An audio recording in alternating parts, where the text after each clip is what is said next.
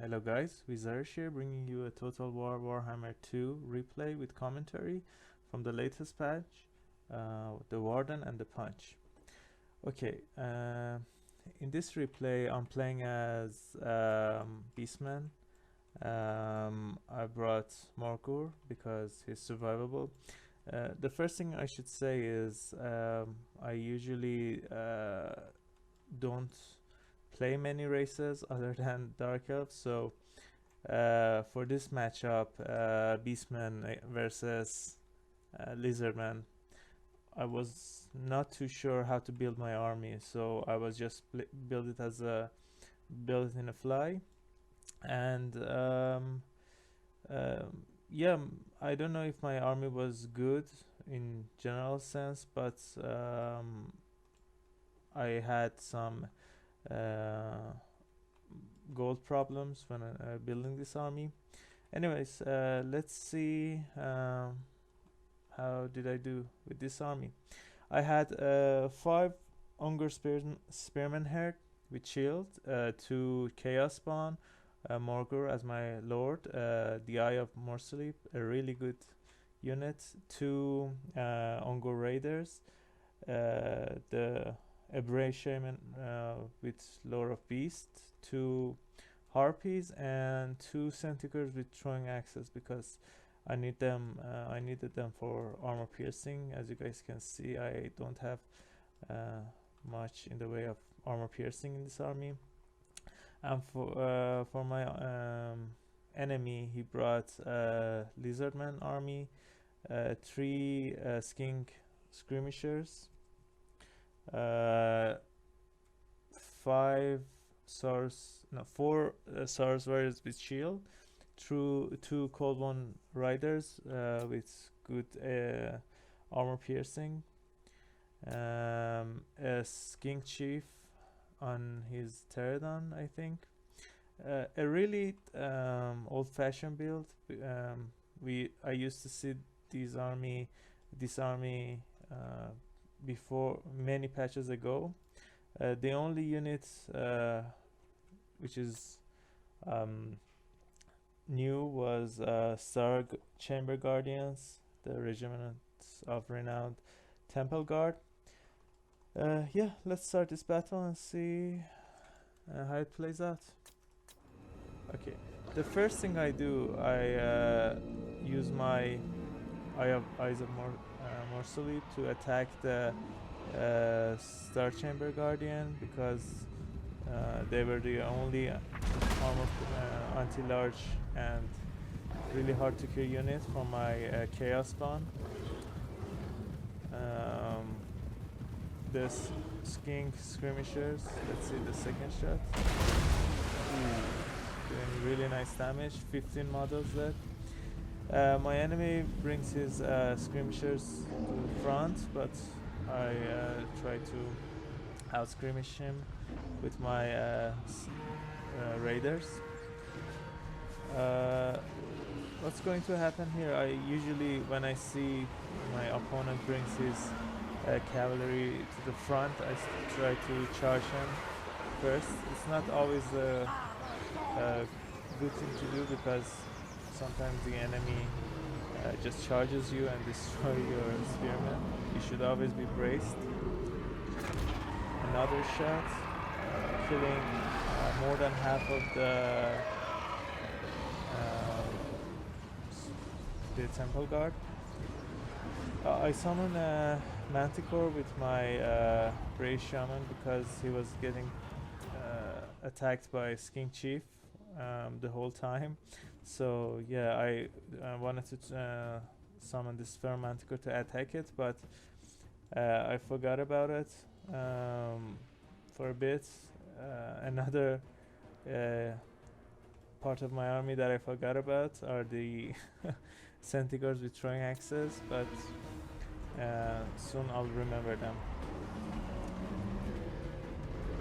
Okay, my enemy brings his Fur Connoisseur to my backline. This was really good for me because these units they don't usually do too much damage against high armor and shield. As you can see, these both units have them, but they acted as a distraction for me. I switched my cyber to attack the cavalry.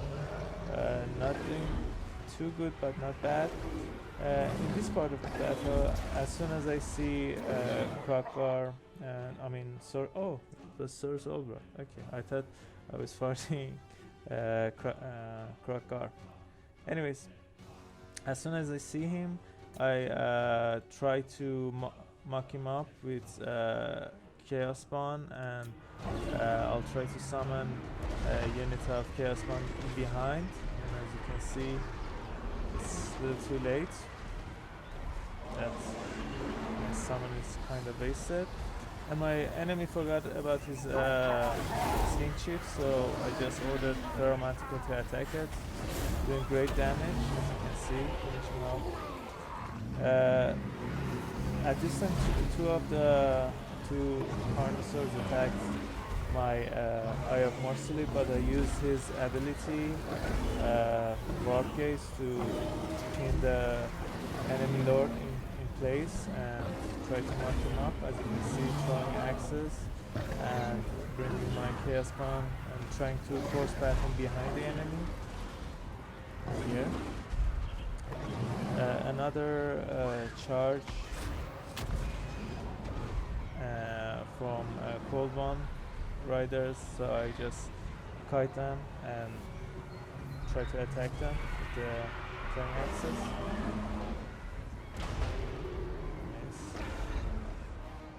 Okay, let's see what's happening in the whole battlefield. As you can see, many of my opponent's armies were routing, and they're away from the main fight, so that's great for me. Me too. I too have some units that are routed and rallied and waiting to be commanded, but I forgot about them, so this archer are going to get wrecked. As you can see, one charge and they're done. One of the great things about Eye of Morcely is he's not just a great artillery piece, moving artillery piece. He has really good melee attack and weapon strength. As you can see, I'm charging him into the fight, into back of these units, because they get leadership debuff as they get attacked and charged from the back. Yeah, they still haven't got the debuff, I don't know why. Anyways, I see my opponent sees this abrasion on a beast. I try to kite him, and as I'm doing so, run away and cast all his spells, because I was scared he was gonna die. And at the same time, I'm just trying to mark up the single entities, and with that animation, the Surge Over just got stuck, and I used my second or third Warp Gaze on the enemy lord. Again, my opponent tries to charge with his Cold Knight. Cold One riders, but Centaurs are really faster, 94 against 66, so I'm just gonna kite them and kill them with the axe. I'm trying to bring my Cyborg into the main fight to attack the single entities. He has around 6,000 health, and look how these two units do damage to him, even though they're so much damage. Yeah, he lost around half of his health. Thank God I had these throwing axes, because the Star Chamber rallied and they came back into the main fight. So if I didn't have armor piercing, I think they would have win this engagement, won this engagement. Another thing, look how much this centigrade does damage. This is around 600 health, and with one volley from each of them, they're finished. And now the main threats to my army are the Saurus, Barrel Connoisseur, and Chamber Guardians, but my Centigrades are more than capable enough to do damage to them. See, another volley, and the Connoisseur just routes, and I was just trying to run out of the range of the skirmishers, and just attack the Star Chamber Guardians, and lucky for me, my Eye of Mercy just rerouted, and yeah, I used the gaze on the Coldman Rider because I didn't want to lose him again, so I'm just gonna charge in and try to finish him. He missed. Anyways, yeah, Morgur doing great, 63 kills, both Centigores doing good damage to high priority units, and I think the MVP for me was Sigor, which is still indeed late parts of the game he still has ammo and still does tons of damage. So yeah, I think with the last boulder throw, no, he's just gonna charge in. As you can see, the bouncing cover overwhelmingly going into my side, and yeah, it was a great game. I had so much fun playing it, especially I don't know, the map was colorful. The enemy Lizardmen had great color palettes, and as I said, I don't usually play Beastmen, but yeah, great game.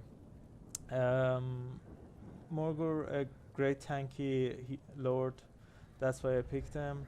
I lost my Bray Shaman in the later parts of the game, but I'm fine with it. He did great. He summoned his Manticore. He was able to take out the Skink Chief. Unger Spearman, okay holding line. Chaff for holding enemy front line. As you can see, they all took a lot of kills, but in the late game, they are most of them rerouted, and I was able to mock my whoa. Star Chamber did killed 130 units. If you guys remember, I think in the first minute of the game I killed more than half of the units with my Sigor, but they're a great unit getting kills. Yeah, I don't know why my enemy didn't brought a spellcaster. Maybe if he had Lore of Beast, this game I wouldn't be able to win it. I don't think I played great. I don't think my opponent played amazingly, but yeah. Anyways, Chaos Bond did okay. Centigore's really good, and yeah, it was a good game. And GG. Hope to see you guys soon. Bye.